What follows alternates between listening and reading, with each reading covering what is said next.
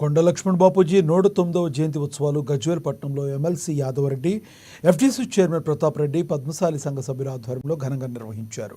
కొండ లక్ష్మణ్ బాపూజీ విగ్రహానికి పూలమాలలు వేసి నివాళులర్పించారు. సమాజంలో అట్టడుగు నిలిచిన పేదల అభ్యున్నతికి ఆయన చేసిన కృషి ఎనలేనిదని ఎమ్మెల్సీ యాదవరెడ్డి, ఎఫ్టీసీ మాజీ చైర్మన్ ప్రతాప్ రెడ్డి తెలిపారు.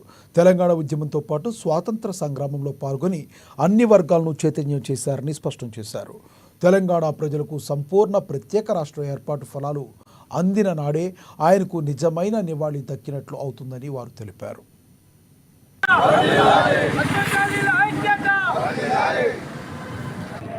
కొండ లక్ష్మణ్ బాపూజీ ఆశయం కూడా అది కూడా ఒకటి. వారు ఒక కులపరంగానే కాకుండా కూడా యావత్ పద్మశాలి కమ్యూనిటీని ఉమ్మడి రాష్ట్రంలో కానీ తెలంగాణ ఏర్పడిన తర్వాత కానీ ఆహర్నిశలు వాళ్ళ బాగోగుల గురించి బాగా తప్పించేవాడు. ఆయన ఆస్తులు కూడా అటు ప్రభుత్వానికి ఇటు సంఘానికి కూడా ఎన్నో రకాలుగా ఉపయోగపడే విధంగా ఏర్పాటు చేయడం జరిగింది. అదృష్టం ఎందుకంటే గజ్వేల్ పట్టణంలో పద్మశాలి సోదర కుటుంబాలు కూడా చాలా ఉన్నాయి. దానికి అనుగుణంగానే గత ప్రభుత్వం ఒక భవనం కూడా ఇవ్వడం జరిగింది. అలాగే విగ్రహ ఆవిష్కరణ కూడా చేసుకోవడం జరిగింది. రాబోయే రోజుల్లో అటు పద్మశాలి సోదరులతో పాటు యావత్ తెలంగాణ ప్రజలు కూడా కొండ లక్ష్మణ్ బాపూజీ ఆశయాలను ఆనాడు కూడా ఇందిరాగాంధీ, నెహ్రూ కాలంలో కూడా వ్యతిరేకించినటువంటి గొప్ప నాయకుడు.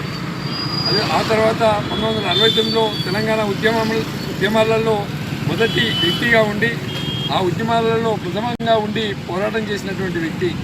ఆ తర్వాత కేసీఆర్ గారు ఏర్పాటు చేసినటువంటి తెలంగాణ రాష్ట్ర సమితి కేసీఆర్ గారితో కలిసి పోరాటం చేసి తెలంగాణ రాష్ట్రాన్ని సాధించినటువంటి గొప్ప మహనీయులలో ఉన్నటువంటి బాపూజీ గారు.